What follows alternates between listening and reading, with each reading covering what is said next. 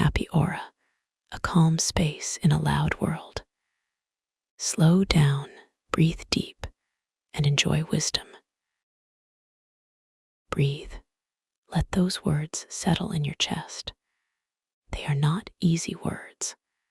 They are words carved from stone, heavy, weathered, ancient in their wisdom. And today, I want you to sit with them, not as a command, not as a burden, but as a gentle mirror that asks, how do you stand when others throw shadows at your name? How do you carry yourself when the world misunderstands, mocks, or despises you?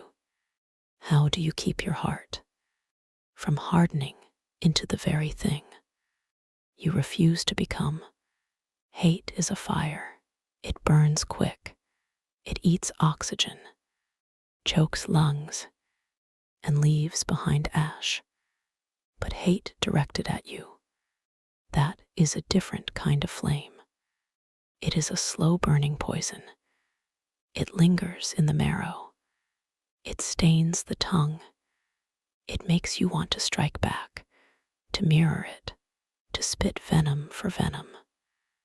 And yet, the line tells us, do not give way to hating, not because it is easy, not because it is simple, but because if you surrender to hate, you let the world dictate the shape of your soul. Close your eyes. Imagine this moment. You are walking through a crowd. Faces blur, some smile, some look away. But there, someone scowls. Their eyes pierce, their lips curl. Their voice, even if unspoken, says, I do not like you. I do not want you here. Feel it in your body. The shoulders stiffen, the jaw locks, the breath shortens, every muscle whispers.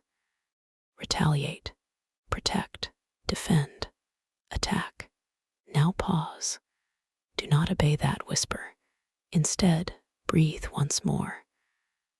Let it pass through you like wind through a hollow reed. Let it be nothing more than a sound, a vibration, not a command, not an identity. Because here is the truth. Being hated does not define you. The hate belongs to the hater. It is their storm, their weather, their unhealed wound. You do not have to take it home. You do not have to wear it as a coat. You do not have to carry it across deserts of your life. But here is the second half of the lesson. And yet, don't look too good, nor talk too wise. Strange, isn't it? Why, after such a profound call to resist hatred, would the words then remind us to resist looking too polished, too perfect, too clever, because humility is the shield that guards the soul from arrogance. Yes, resisting hate is noble, but if you begin to shine too brightly in your resistance, if you puff out your chest and proclaim, look at me, I am above them, I am better, I am pure, then you have only traded one poison for another.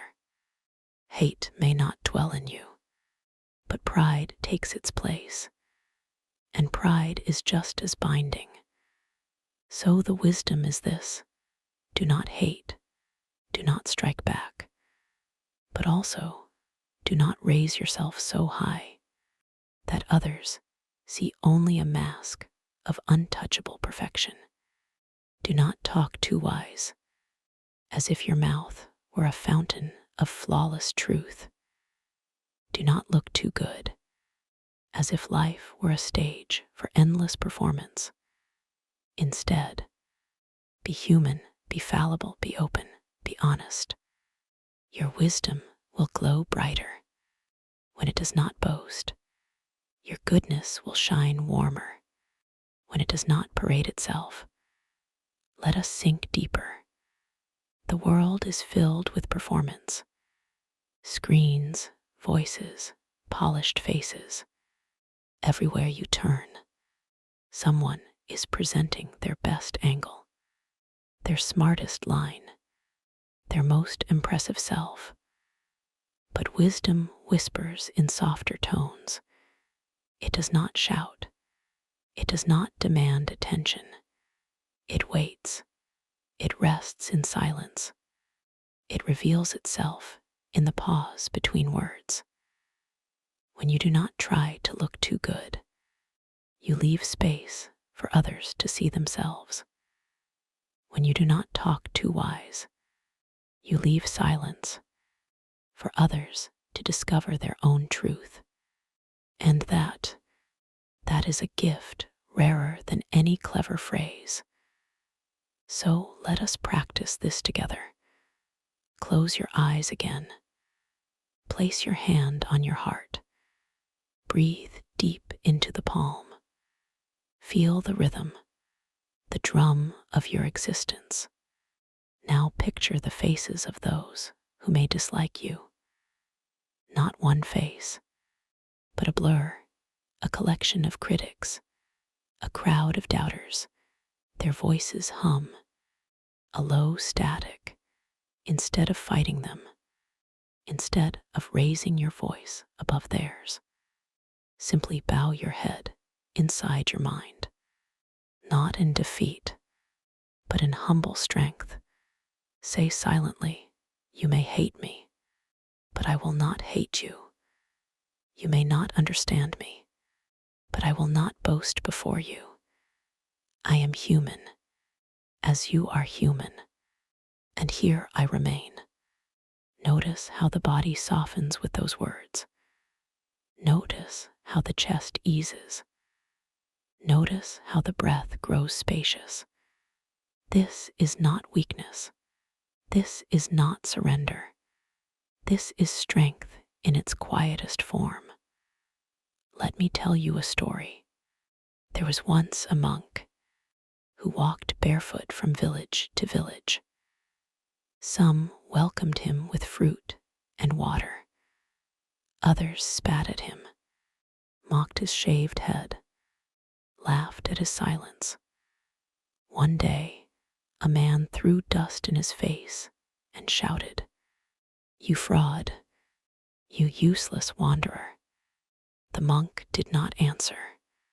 He only bowed his head, wiped the dust away, and kept walking. Later, a disciple asked him, "Master, why do you let them treat you so? Why not speak wisdom? Why not defend your honor?" The monk smiled. "When someone offers you a gift and you do not accept it, to whom does the gift belong?" The disciple said, "To the one who offered it." "Just so," said the monk. "Their hate is their gift. I do not accept it." This is what it means to resist hatred without inflating your own pride. It is not a loud resistance. It is not a fiery rebellion. It is the quiet art of non-acceptance. It is the stillness of a mountain when the storm crashes against its side. But maybe you are asking, how do I do this when the pain is too sharp?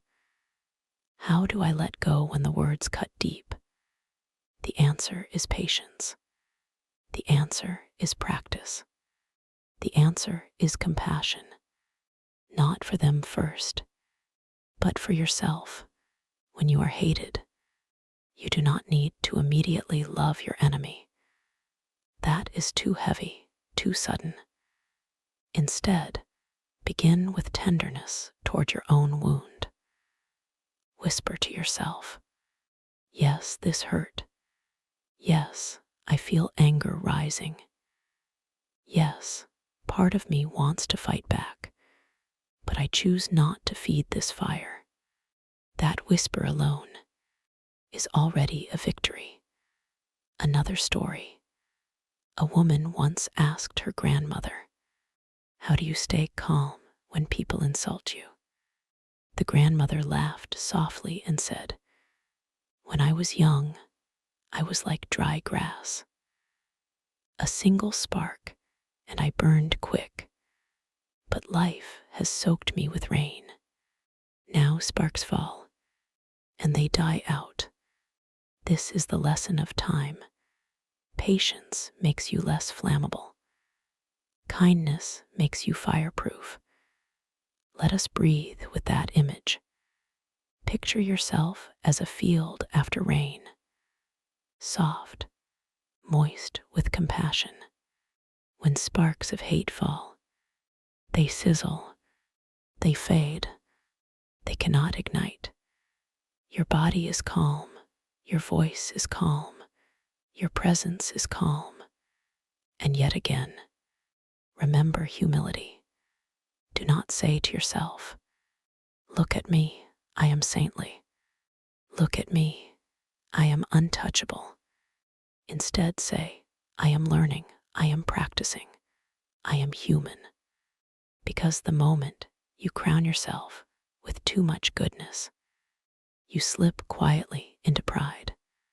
And pride, though dressed in bright robes, leads you down the same narrow road as hate. Now, let us turn inward once more. Ask yourself, who are the ones you have hated?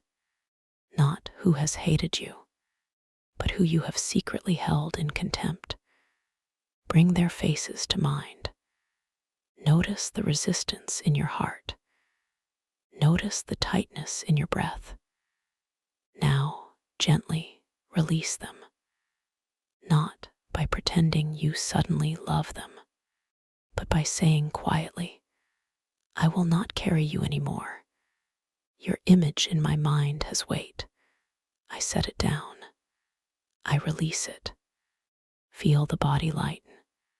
Feel the breath expand. This is not forgiveness yet. Forgiveness may come later. This is simply not hating. This is the first doorway. If you can being hated, don't give way to hating. If you can resist the pull of venom, if you can breathe in the fire and exhale rain, and yet don't look too good, nor talk too wise.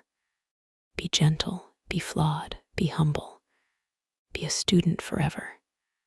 For it is not the perfect mask that teaches the world. It is the honest heart. It is the quiet endurance. It is the silent refusal to harden. And so tonight, as you drift into sleep, let these words echo in the rhythm of your breath. I will not hate. I will not boast. I will walk humbly, with a heart unburned. Rest now. You are safe. You are whole. You are learning the art of not hating, the art of quiet humility, the art of living free.